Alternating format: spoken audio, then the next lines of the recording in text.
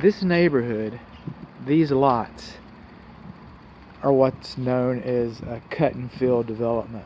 So this is a cut and fill lot where they carve out part of the landscape to make it level to put a house, and then they take the dirt that they removed and they move it over to make another lot level so that the houses can come. A part of civil engineering, if you will, remembering that I'm not an engineer, is that drainage has to be, it's imperative that drainage is factored in and how that drainage happens. If you're in a grocery store parking lot, for example, that parking lot would look level to most people. But if you notice that when the parking lot is empty and there's no cars on it, it's anything but level. It's designed so that the water runs off of the grocery store parking lot. So what we've got over here, and one way to manage the drainage around your house, one of the best ways, in my opinion, is a swale. So we got a swale that's moving around here like this. So we've got this neighborhood over here, and we cut and filled and cut and filled, okay?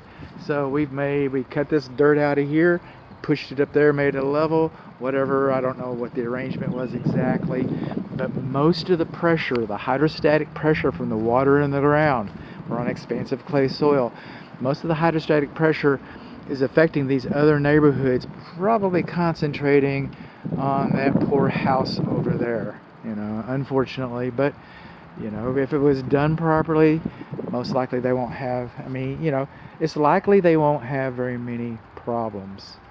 Okay, good news, you're uphill from that. Now you take this wall over here and you look how it comes down. Okay, so we got some concentration right here where the water's coming down, and then it comes down, and when it rains, the water comes down. It comes down from the ground. It also comes down from their lawn sprinkler system.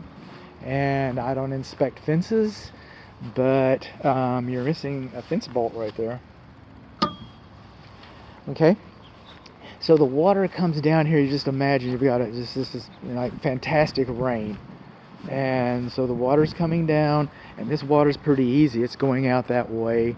I'm going to walk around the house. This is my very first video today, but I know there's been some concern in this regard, so I'm over here, and I just kind of wanted to get that business out of the way.